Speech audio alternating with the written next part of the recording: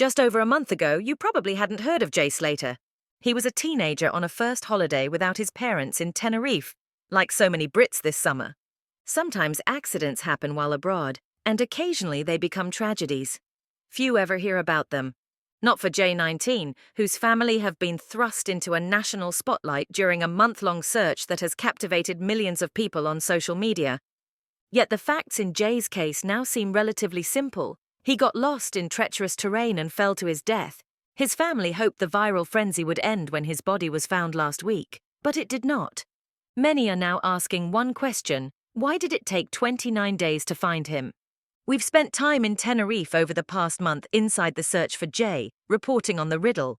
What we've seen raises both questions and answers. Why did Jay end up in the mountains? Things went wrong for Jay in the early hours of the 17th of June. He decided to get into a car with two men in Playa de las Americas, the heart of the Spanish island's nightlife. Those men, reportedly British nationals, drove the apprentice bricklayer about 22 miles, 36 kilometers north to an Airbnb in the village of Masca, a tiny settlement surrounded by mountains and ravines. They were later allowed to leave the island after being quickly ruled out of the investigation by Spanish police, the Guardia Civil. An immediate focus of the investigation became an image Jay posted on social media app Snapchat, cigarette in hand, tagged at the door of the apartment at 7:30 BST. It showed he had stayed at the Airbnb. Then two phone calls emerged. His friend Lucy Law received one at around 8:30 BST. Jay told her he was lost, had 1% battery on his phone and needed water. In a video call to fellow friend Brad Hargreaves, Jay was walking on rough, stony ground, saying he was trekking 11 hours home after missing a bus. How did he end up in the mountains? Ofelia Medina Hernandez, who made the last sighting of him at around 8 o'clock BST, claims Jay asked about the next bus, 10 o'clock, but might not have understood the answer. He then walked. Whether further evidence exists to point to why Jay was up in the mountains, or why he wandered into such dangerous terrain in that window until he was reported missing at 9 o'clock BST, is unclear. Investigators have seemingly been unable to answer this. If a coroner in the UK decides to hold an inquest, more detail might emerge publicly. Did police miss Jay's body? Thanks to Jay's phone pinging a mast at 8:50 BST, Spanish police had a location to work off, the rural Destino Park. Search teams sprang into action on difficult terrain. It's an area of thick vegetation, steep ravines and cliff faces. Weather conditions lurch between 30°C heat and sudden drops in both temperature and visibility as mist rolls in from the sea. In the snippets of information shared with the media, Guardia Civil press officers referred to specialist sniffer dog teams from Madrid, helicopter crews and drones scouring the rough terrain.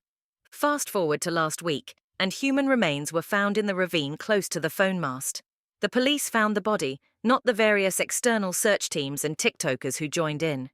Through fingerprint testing, it was confirmed by the police and Canary Islands Higher Court of Justice to be Jay. His injuries were consistent with a fall onto rocky ground from height. Days of searches of this area had found nothing. Did they unwittingly walk past him first time around? The Guardia Civil have declined to answer any questions about this. They told us journalists that, "We don't give details of the investigation." Secret search continued with machetes. What few knew until now beyond a tight-knit circle in Tenerife was that after the police formally called off the search 2 weeks in, it actually continued. It appears the Guardia Civil may have hoped that announcing they had stopped searching would calm some of the attention around the case, as the search had certainly not ended. Out of view of the main paths and trails around Masca, in an area called Juan Lopez, mountaineers with machetes had been abseiling into inaccessible areas and hacking away at vegetation. The Guardia Civil said it carried out discreet searches to deter curious onlookers. Questions remain as to whether this was the best strategy. Perhaps an approach more aligned to British police in missing persons searches, where constant updates are provided for transparency, could have prevented some of the wild conspiracies. It is a question that Lancashire police also had to grapple with during a similar torrent of interest that dominated the search for Nicola Bulley in Lancashire, just 24 miles, 38 kilometres, from Jay's hometown of Oswald Twistle. Family endures outright lies from social media accounts. While searches were ongoing, on TikTok, Instagram Reels, X and Facebook, fantastical tales of Moroccan mafia groups or international drug smuggling rings were woven in with information from Jay's past. His family endured outright lies and content such as fake recordings of screams suggesting he had been murdered. Jay's mum Debbie was hit with messages from people claiming they had kidnapped her son. Rachel Hargreaves, Brad's mother, who flew to Tenerife along with Debbie, tried to manage the flood of comments and messages on the family's official Facebook group. She soon became a target herself, telling the BBC that some anonymous trolls had created a fake account in the name of her late mother. At one stage, Debbie herself posted in one unofficial Facebook group dedicated to Jay Slater theories, begging for some compassion. A flood of negative comments and cynicism followed. There might be some answers to come. For Jay's family, the next priority is getting his body home. Matthew Searle, chief executive of missing persons charity LBT Global, told the BBC the paperwork should be complete in about a week, though he indicated that the exact arrangements would be kept under wraps to protect the family's privacy. Even now, it appears that amateur sleuths and trolls are trying to intervene in the process of flying his body home. Some people are searching online for autopsy results. If an inquest is opened in the UK, it could see witnesses, such as the men who were in the Airbnb with Jay, called to give evidence and answer questions. With the evidence pointing to an accidental fall, the coroner might certify the cause of death without an inquest. The family's wishes will also be considered, though.